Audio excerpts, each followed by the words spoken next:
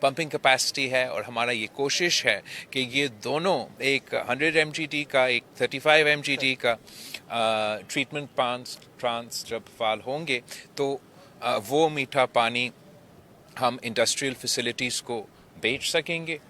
اور ساتھ ساتھ جو کراچی کے واٹر سپلائی کا بوجھ ہے اس پہ obviously if this treatment facility is running تو we'll be able to save that water from Karachi's water supply، اور وہ کراچی کو شہریوں کو پہنچانے کے لیے مدد کرنے کے لیے پانی پہنچانے کا یہ ایک طریقہ کار ہے۔ تو میں نہ صرف حکومت سندھ کا، CM سندھ کا سید غنی صاحب کا اور میئر کراچی کا، ان کے پورا ٹیم کا شکر گزار ہوں کہ وہ جلدی سے اس مسئلہ کو حل کرنے کے لیے مختلف منصوبے پہ کام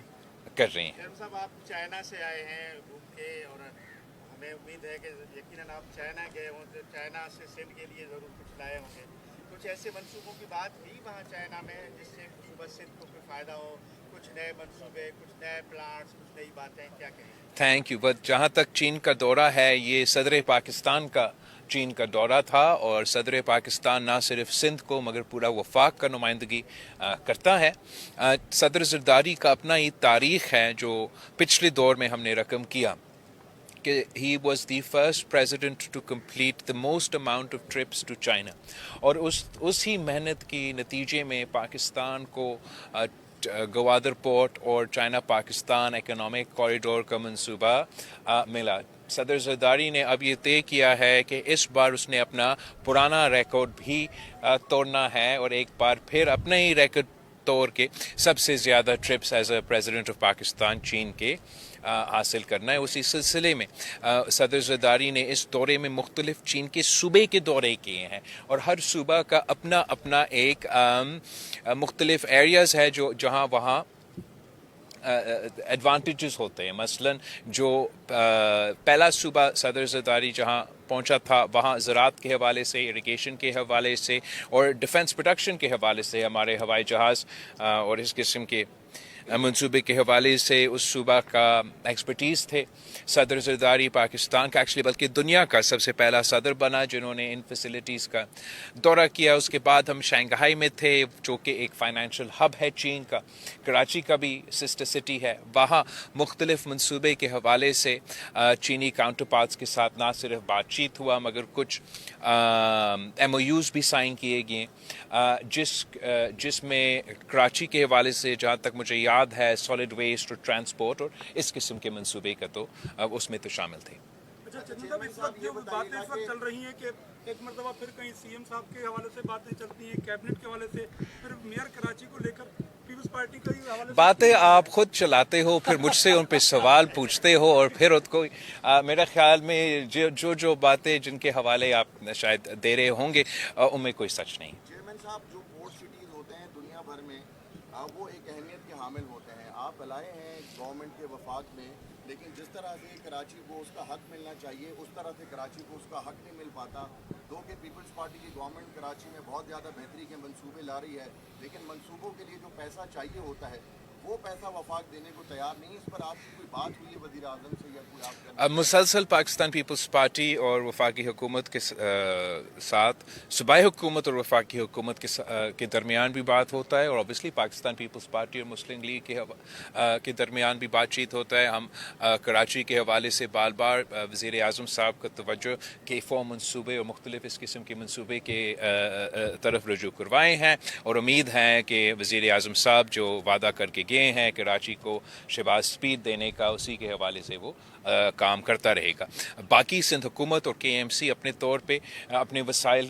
میں کوشش کر رہے ہیں کہ ہم اپنے طرف سے جتنا کام کر سکے وہ کر رہے ہیں۔ یہ منصوبہ میئر صاحب مجھے بتا رہا تھا انیشلی وفاقی حکومت کا منصوبہ تھا، S3 کا نام کا وفاقی حکومت کا منصوبہ تھا۔ جب وفاقی حکومت نے اس کو مکمل نہیں کیا تو اب یہ ذمہ داری صوبائی حکومت اور KMC نے لیا ہے کہ ہم نے اس منصوبہ کو مکمل کروانا ہے اور کراچی کے عوام کو صاف پانی پہنچانا ہے۔ چیئرمین صاحب یہ بتا دیجیے گا، وفاق کی جانب سے یہ کہا جا رہا ہے کہ پیپلز پارٹی کے چیئرمین اور دیگر جو ان کے وزراء ہیں وہ कह रहे हैं कि आलमी दुनिया से हमें जो है मदद की अपील कर रहे हैं, लेकिन उनको ज़रूरत नहीं है, तो वो आप पे तनकीद भी करते नजर आ रहा है आपके गुजरात। मैं समझता हूँ कि इस किस्म की कुदरती आफत के दौरान ना सियासत करना चाहिए, ना किसी पे तनकीद करना चाहिए। आपने देखा होगा कि किस तरीके से सिंध में मुख्तलिफ कुदरती आफत आते हैं। हम हमेशा सियासत नहीं करते, मगर हमारे मुखालफीन या हमारा साथी, चाहे वो वफाक में हो या किसी और सूबे में हो, हमारा अपना सूबे के क्यों ना हो, वो कोई मौका नहीं छोड़ते सियासत करने का। जहाँ तक सैलाब के सवाल है, ये एक तारीखी सैलाब हमारे सामने, अभी तक उसके असरात पाकिस्तान के अवाम भुगत रहे हैं। पख्तूनख्वा के अवाम के इसके हवाले से मसला बना हुआ है। गिलगित बल्तिस्तान में काफ़ी लोग मुतासिर हुए हैं। सूबा पंजाब के हवाले से 4.7 million people of Punjab have been affected by this flood, और जो सबसे ज़्यादा मुतासिर हुए हैं वो जनूबी पंजाब के अवाम मुतासिर हुए हैं। ये सैलाब सिंध की तरफ बढ़ता आ रहा है। मैं CM सिंध का, उनकी तमाम टीम का शुक्रगुजार हूँ जिस अच्छा अंदाज से ये इस फ्लड को मैनेज करते आ रहे हैं। सिंध के भी लो लाइंग एरियाज़ को और जो कच्चे के इलाके हैं वहाँ ज़रूर कुछ लोग मुतासिर होंगे। हम वज़ीर आज़म साहब के शुक्रगुजार हैं कि जब मैंने पंजाब का दौरा किया और वहाँ के अवाम ने मुझसे रिक्वेस्ट की कि मैं वज़ीर आज़म साहब से बात करूँ कि एग्रीकल्चर इमरजेंसी और क्लाइमेट इमरजेंसी नाफिज करके ज़राअत के शोबे को रिलीफ दिया जाए, वहाँ के अवाम ने रिक्वेस्ट किया कि मैं वज़ीर आज़म साहब से बात करूँ कि जो अवाम के बिजली के बिल हैं उनको माफ़ किया जाए उन इलाके में जो मुतासिर हुए हैं सैलाब के हवाले से। और साथ साथ ज़रूर हमने जो पिछले एक्सपीरियंस इसी शहबाज शरीफ साहब की, जब हम हुकूमत के इत्तेहादी थे पिछले सैलाब में, तो हमने फौरी तौर पे जब लोग मुतासिर हो रहे थे, रास्ते बंद पड़े हुए, मुश्किल हालात में, उन हालात में हमने बेनज़ीर इनकम सपोर्ट प्रोग्राम के थ्रू डायरेक्टली मुतासिर लोग बलूचिस्तान में, मुतासिर लोग जनूबी पंजाब में, मुतासिर लोग सिंध में, उनको हम माली मदद पहुँचा सके।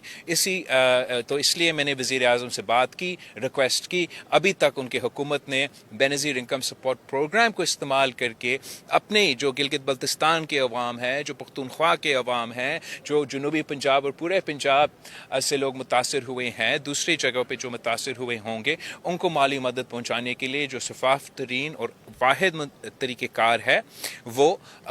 बेनज़ीर इनकम सपोर्ट प्रोग्राम का मंसूबा है। आखिरी जहाँ तक अपील की बात है, जब इस स्केल के कुदरती आफत होते हैं तो फौरी तौर पे फिलफौर आप इंटरनेशनल दुनिया में जो इदारे बने हुए हैं उनका मदद लेने के लिए आप अपना अपील लॉन्च करते हैं कि मेरे मुल्क में एक कुदरती आफत आया है, जो टेक्निकल एक्सपर्टीज़ रखते हैं सेहत के हवाले से, मौसमी तब्दीली के हवाले से, नेचुरल डिज़ास्टर का मुकाबला करने के हवाले से, वो तमाम इदारे जिसके लिए पाकिस्तान पैसा देते हैं, हम यूनाइटेड नेशंस के तो मेंबर्स हैं, उसी के हवाले से हम तो कंट्रीब्यूट भी करते आ रहे हैं अपने सोल्जर्स में भी, अपने तो हम उन फैसिलिटीज़ का मदद ले सके। अनफॉर्चुनेटली आज तक वो अपील नहीं हुआ है। तो जो इमीडिएट रिलीफ फेज़ में, रेस्क्यू फेज़ में मदद पाकिस्तान को मिलना था, पाकिस्तान को अवाम को मिलना था, पंजाब के अवाम को मिलना था,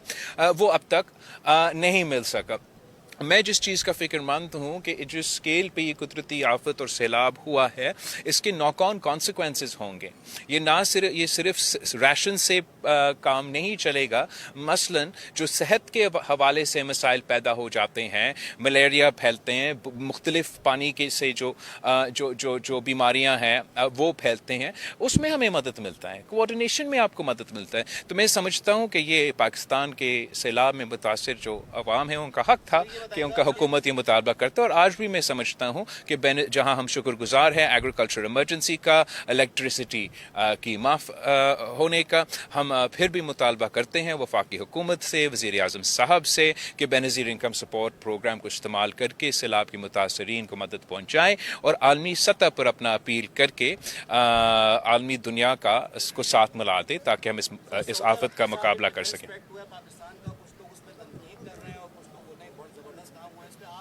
मैंने तो कोई तनकीद नहीं देखा, मैंने सिर्फ तारीफ़ सुना है और तारीफ़ का लायक तो काम है। हर पाकिस्तानी अपना फ़र्ज़ समझता है कि हम मक्का मदीना का दिफा करें, और जिस तरीके से ये डिफेंस पैक्ट साइन किया गया है। पाकिस्तान का अपना नेशनल सिक्योरिटी के हालात को मद्देनज़र रखते हुए जिस तरीके से हमने हाल ही में ये भारत के साथ मुकाबला करके जंग जीता है, तो उस कॉन्टेक्स्ट में मैं समझता हूँ कि ये डिफेंस पैक्ट जहाँ तय हुआ है कि अगर पाकिस्तान पे हमला होगा तो वैसे ही देखा जाएगा जैसे सऊदी अरेबिया में हमला हुआ है, और अगर सऊदी अरेबिया में हमला होगा तो हम ऐसे इस नज़र से देखेंगे कि पाकिस्तान पे हमला हुआ है। मैं समझता हूँ कि दोनों ममालिक के लिए ये एक बहुत पॉजिटिव डेवलपमेंट है, और मैं वज़ीर आज़म साहब को, उनकी पूरी टीम को मुबारकबाद देता हूँ कि ये मरहला वज़ीर आज़म साहब ने सऊदी अरेबिया में अभी साइन किया है। अच्छा ये बताइए, इंडिया को हमने जो है बड़ी बुरे तरीके से हराया है, आपने बड़ी अच्छी सिफारतकारी की आपकी वजह से, लेकिन अब इंडिया का क्रिकेट में भी मतलब वो सियासत लेके आ गया है, तो क्या कहेंगे आप? मतलब वो मोदी की सोच वाले क्रिकेटर बन गए हैं जो, तो क्या कहेंगे आप? मैं इस पे इतना ही कह सकता हूँ कि हमें सब कोशिश ये करना चाहिए कि जो स्पोर्ट्स है इनको गैर सियासी रखा जाए। अफसोस के साथ आप ये देखते आ रहे हैं, ये पहला एग्जाम्पल नहीं है कि भारत मुसलसल स्पोर्ट्स के साथ सियासत करता है, और सियासत की वजह से